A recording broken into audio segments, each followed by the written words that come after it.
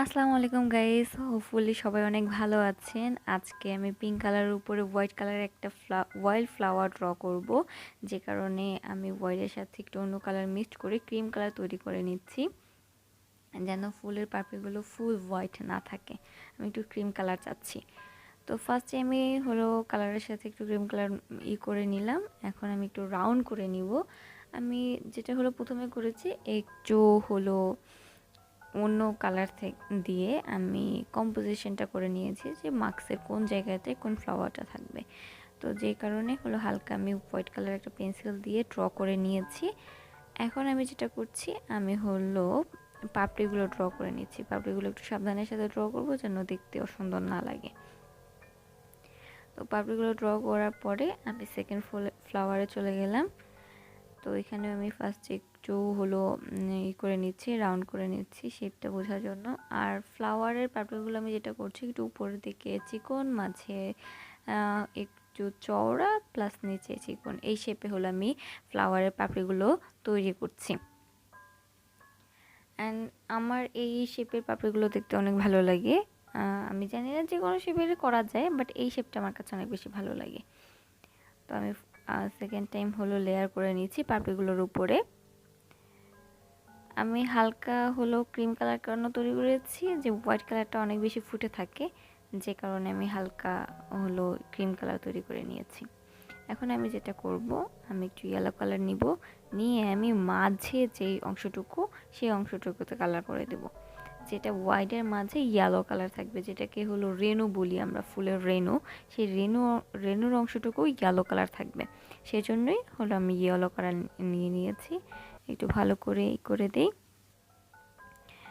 একটু ভালো করে, হ্যাঁ, ভালো করে একটু করে মানে কাভার করে দিই, যেন দেখতে অসুন্দর না লাগে।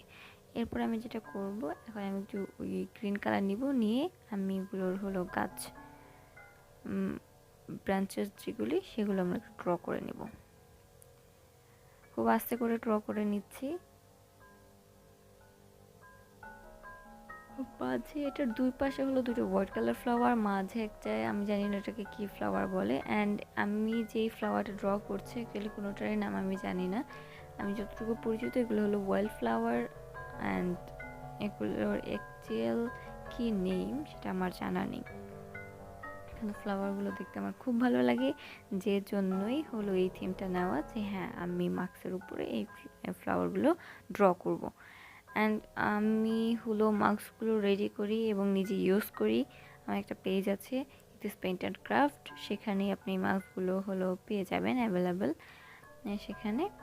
তো সেখানে পেজে নক করলেও আপনি ফ্লাওয়ার মানে মাস্কগুলো পেয়ে যাবেন। যদি কারো প্রয়োজন পড়ে, সেক্ষেত্রে আপনি ওই পেজের সাথে যোগাযোগ করতে পারেন। আমি মাস্কের ছবিগুলো ওখানেও পোস্ট করি। যদি কারো অর্ডার আসে, সেক্ষেত্রে কেউ নিতে চায়, সেক্ষেত্রে আমি তাদেরকে ডেলিভারি দিই। আমি একটু গ্রিন কালার দিয়ে এইগুলো ব্রাঞ্চেসগুলো ভালো করে ড্র করে নিচ্ছি। গ্রিন কালার নিয়ে নিব। গ্রিন কালারটা আমি একটু গ্রিনের সাথে অন্য কালার মিক্সড করে একটু ডার্ক করে নিচ্ছি, যেন ব্রাঞ্চেসগুলো দেখতে সুন্দর হয়।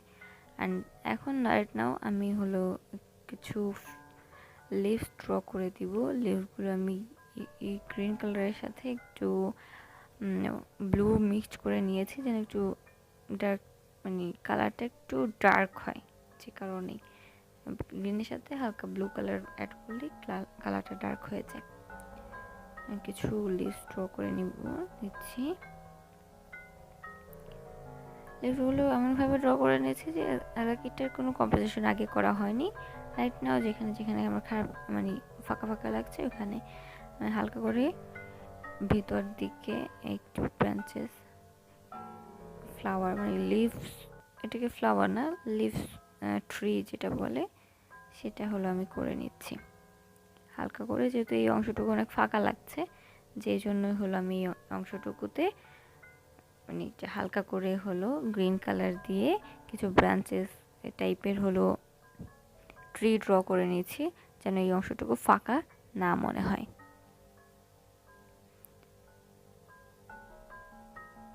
আর আমি একটু মাঝখানে একটু কথা বলি, যে আমার চ্যানেলে যারা নতুন এসেছেন তারা চ্যানেলটিকে অবশ্যই সাবস্ক্রাইব করবেন এবং ভিডিওটি যদি ভালো লাগে অবশ্যই আপনার ফ্রেন্ডদের সাথে শেয়ার করবেন এবং লাইক দিবেন, কমেন্ট করবেন। আমি আপনাদের সাথে আপনার কমেন্টের রিপ্লাই করব।